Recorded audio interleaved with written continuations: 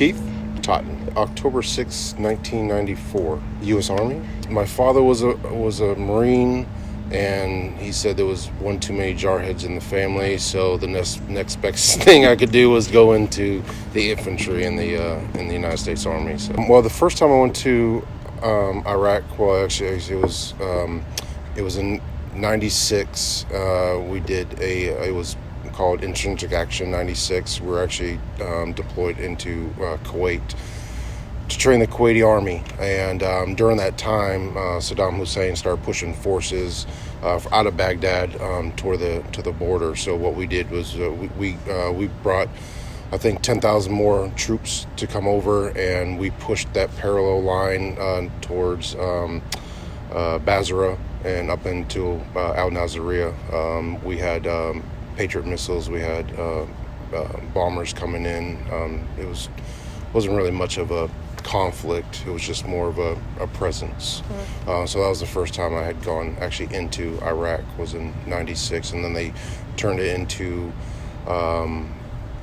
Operation Desert Strike from Intrinsic Action because of that. My MOS was 11 Charlie, so I was a mortar. So when we're throwing down mortars, I mean, we're almost 5-6 miles, where the target's at.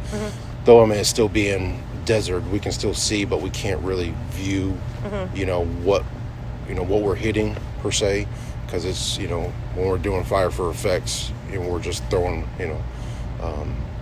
rounds down range. But we had a couple incidents that happened. We lost, I think, three Marines that were in a helicopter. I think it was just part of a training exercise. That we went to Camp Doha, which is one of the Army bases in Kuwait. Drew our track vehicles. The heat was just blistering. Like June was, I think in the shade was like 120 degrees, and then out in the desert, I'm pushing like 150 and above. So going stateside, we're in the maybe mid 90s, and then 24 hours later, you're in the Middle East and you're pushing 150 degrees. So that transition was hard because it was a dry heat out there, but it was just, I think to get acclimated, it took the majority of us at least like a month, 2 months to get situated in that kind of that heat. But the heat was a factor. We didn't have really any issues from the draw yard going out. We were about 5 miles from the border of Iraq. We had the 8th engineers come in, and they made a cabal which had mortars, medics, scouts, and our 88s, which are mechanics and stuff like that, which was in our cabal. And then we had 3 strands Constantine wire that went all around. We built our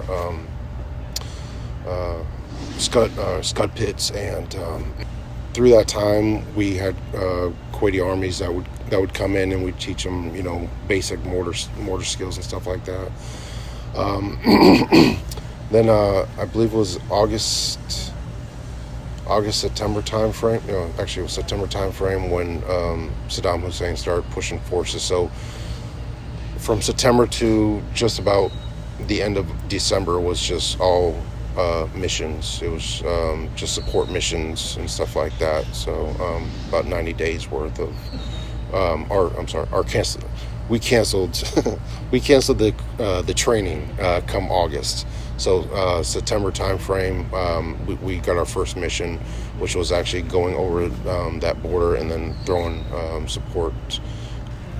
We had Bradleys, which would have 11 Bravos, which would take like tow missiles and stuff like that. So again, I can't really see exactly what we're hitting. I know we're hitting something. So 3 months of that is what we pretty much did.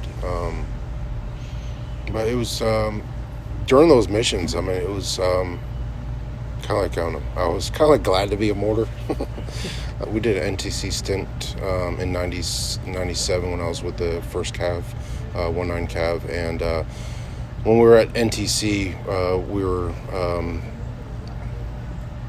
we had an observation point that was stuck on a mountain top, and anyways, long story short, we were starting to move early in the morning. They called red air, so we were in MOP level 4 gear. We started breaking things down about 4 o'clock in the morning.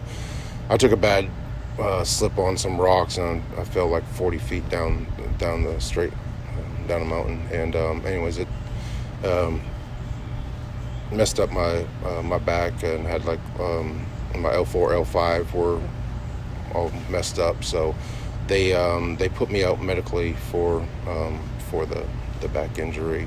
I mean, well, about a year. When I got into Fort Hood, I got orders to go to Korea, and that was 98. I think it was right around October 98. July. It was July 98 because I was there for the 4th of July.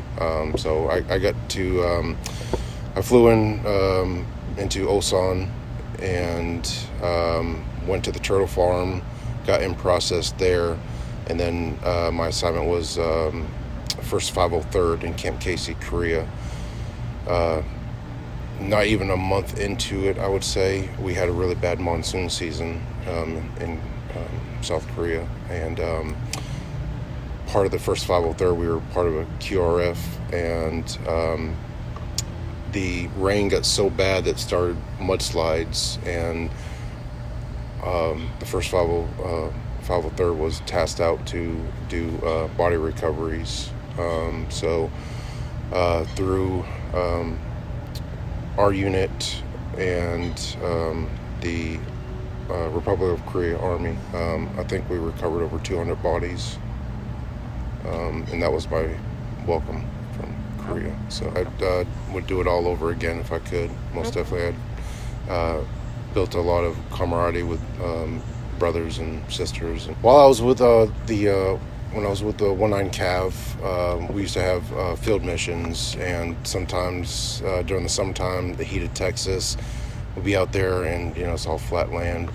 So we used to find these little creek beds, and we'd pull our 113 tracks, and we'd pull them up on the side of the bank, and yeah, we just to have fun, just big guys. I mean, we used to go swimming, jumping off trees. Just those are the good times, when we're in a 2-week field mission, we can always find fun in that, especially when you have a great leadership that doesn't mind doing stuff like that. It's not all strict by the book. So those kind of memories like that is I really enjoyed. While I was in the military, I finished up my AAS degree in criminal justice. All I had to do was pay for books.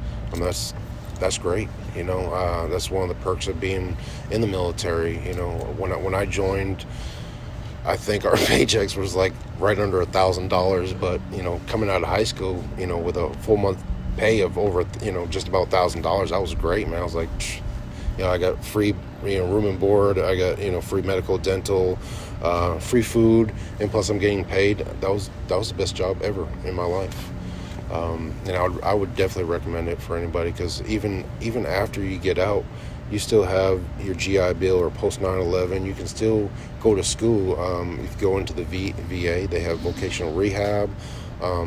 It's so always adding tools into your tool bag, and I would recommend not just serving your time, but always going above and beyond, trying to better yourself in education, correspondence courses, boards, anything that will help you better, because when there's certain MOSs that the military have that don't correlate on the outside, and a lot of them being infantry, what do you have? And bettering yourself with the opportunity being in the military, giving that they give free education, and all you have to do is use books, and I'm sure now you can just get them online. Yeah, most definitely, I would recommend it to anybody. Very proud to be a veteran. I was glad that I was able and healthy enough to get into the military and to serve my time and do it honorably. 8 years. 6 years active, 8 or 2 inactive. But yeah, I'm so proud to be a veteran and do the things that I did, even the things that I hated seeing. I would still do it all over again. My nonprofit is called One Team, One Fight for PTSD. It's kind of like the motto of the Army: One Team, One Fight. And then the 4 is for post-traumatic stress. So never liked the D, the disorder, because it's not a disorder. It's an injury that that some of us have. No one really knew a lot about post-traumatic stress. I mean, I know that World War II, Korea, Vietnam veterans, but they all had their name for it back then, but no one really knew really what it was all about. I wanted to do more, but I just didn't know how to do it. So I actually found some like-minded veterans that wanted to do something in the community, and I told them that I wanted to do something also. So what I did was I started ruck marching through Lake County, and each Thursday morning I'd put on a rucksack and I would ruck march 22 miles through each city of Lake County. And after completing about 22, I completed 22 cities, 22 miles in Lake County to bring awareness. And what it was is that I had my Alice pack, and I had a simple message on the back that said 22 veterans a day. And I would have people that stop and ask me what I was doing. If I was raising money, I was like, no, I'm just trying to raise awareness. That's all I was trying to do. And I would just simply tell them, just to reach out to our veterans, because I think that's maybe possibly what could have saved White back then.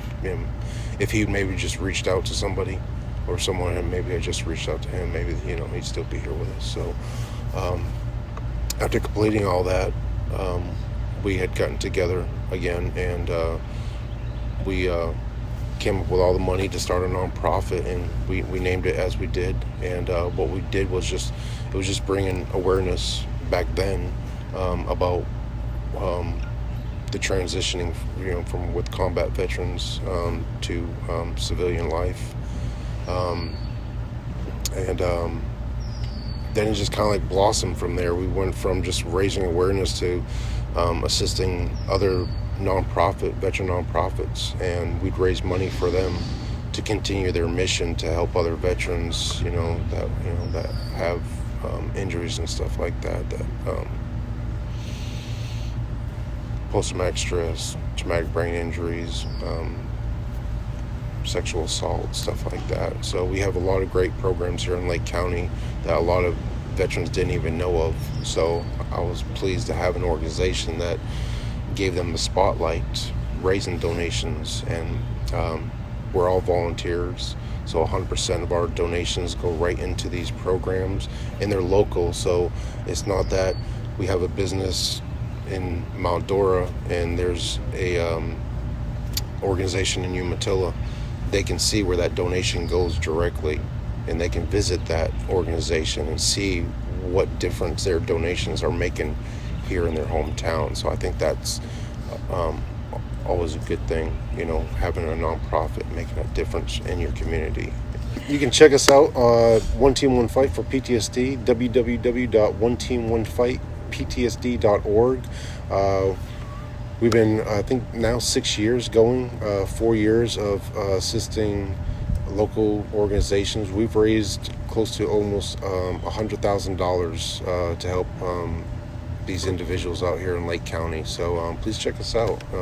We're doing great things around here in Lake County and for our veterans. I appreciate it.